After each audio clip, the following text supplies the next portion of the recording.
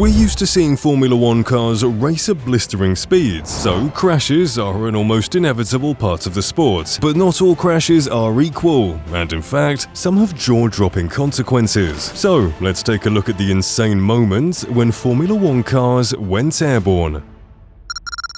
Fernando Alonso has been in Formula One for over 2 decades, so it's no surprise that he's been in his fair share of crashes. But what happened at the 2016 Australian Grand Prix left even the most seasoned F1 fans in shock. It was lap 17, and Alonso was approaching the Haas of Esteban Gutierrez at over 180 miles per hour. Normally this would be a simple overtake for the mighty Alonso, but this time things went horrifically wrong. As Alonso pulled out to overtake Gutierrez, he slightly misjudged the braking point of the Haas car and collided with its left rear tire. Alonso lost control of his car and hurtled into the barrier at frightening speeds before he then skidded down the track into the gravel, sending Alonso flying through the air for what felt like an eternity. When his car was finally stopped by the barrier, it was almost completely disintegrated. When his car hit the gravel, he experienced over 45 Gs. That's 9 times the amount a fighter pilot experiences. But thankfully, by some miracle, Alonso was alive and managed to pull himself out of the wreckage almost completely unscathed, only needing a mere second to catch his breath. I mean,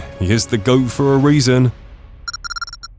Nico Rosberg's attempt to enter the upper atmosphere at the 2012 Abu Dhabi Grand Prix is a prime example of what happens when you're driving on track behind a man who Sebastian Vettel described as a cucumber. I mean, this crash is almost as bizarre as it is frightening. After a terrible start to the race, Rosberg found himself towards the bottom of the running order, and he had his work cut out for him to regain a point-scoring position. He was attempting to cut his way through the field, but as he approached the HRT of Narain Karthikeyan, things went sideways. For some seemingly inexplicable reason, Karthikeyan began to slow down drastically on one of the fastest parts of the circuit, catching Rosberg completely off guard. Unable to react in time, Rosberg plowed into the back of the HRT before being sent literally flying through the air over Karthikeyan's head. Luckily, when it was flying, Rosberg's Mercedes somehow stayed upright. So, despite plowing head-on into the crash barrier, Nico escaped the incident completely uninjured, and thankfully the same can be said about Karthikeyan. But the following minutes revealed the truth, because, as it turns out, what had actually happened was that Karthikeyan's car experienced a sudden loss in hydraulic steering pressure, so Narain panicked and slowed his car down, as you can see him hilariously explaining to a clearly uninterested Rosberg.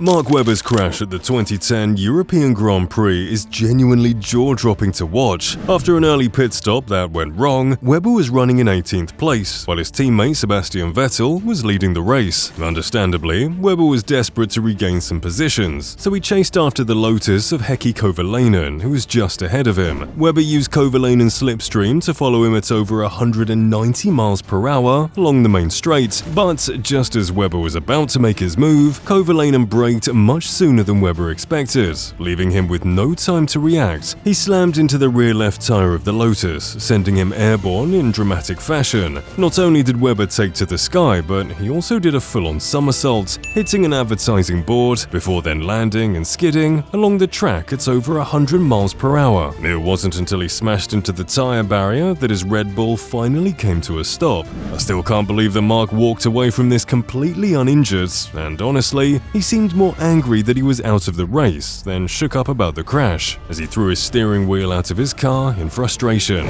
I mean, at least Mark showed us that Red Bull really does give you wings.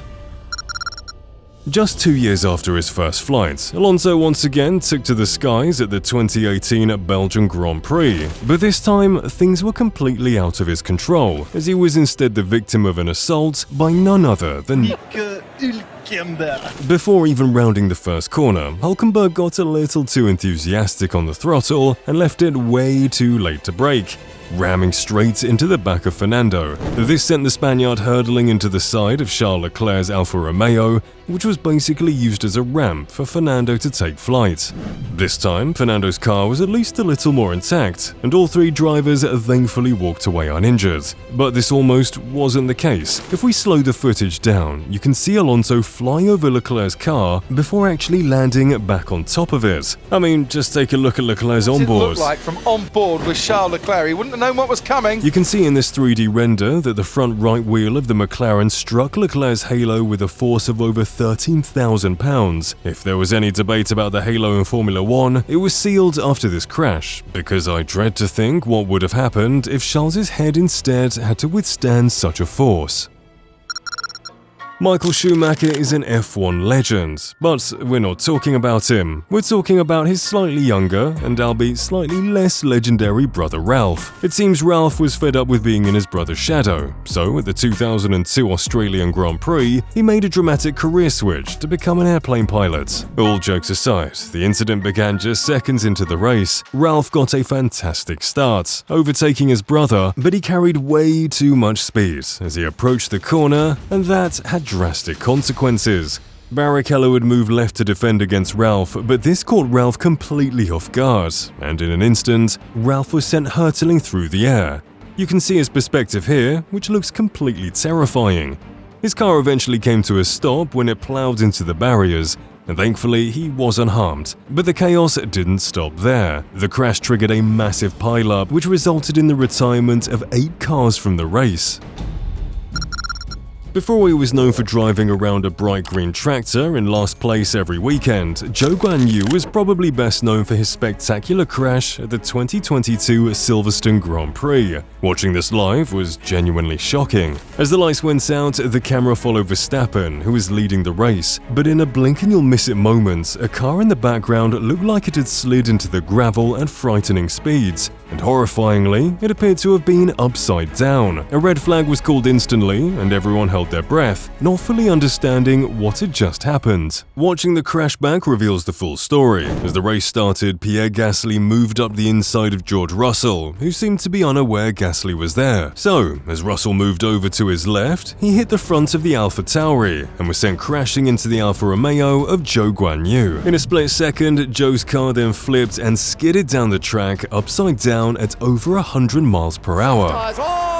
Several car over, upside down, but that was a big Once shot. his car hit the gravel, it then flipped once again, sending Zhou flying through the air, straight over the tyre barrier. He was now effectively pinned down between the tyre barrier and the fencing, stuck in his pulverized car. This trackside footage really shows how serious this crash was. I honestly can't imagine how terrifying this must have been for Zhou. Russell ran over to help, realizing the magnitude of the crash, and after some assistance from the marshals, Zhou was freed from his car, alive and conscious but shaken up to say the least. He was escorted off track in a medical car and taken to hospital as a precautionary measure, but it really is a wonder he survived such a crash completely unscathed.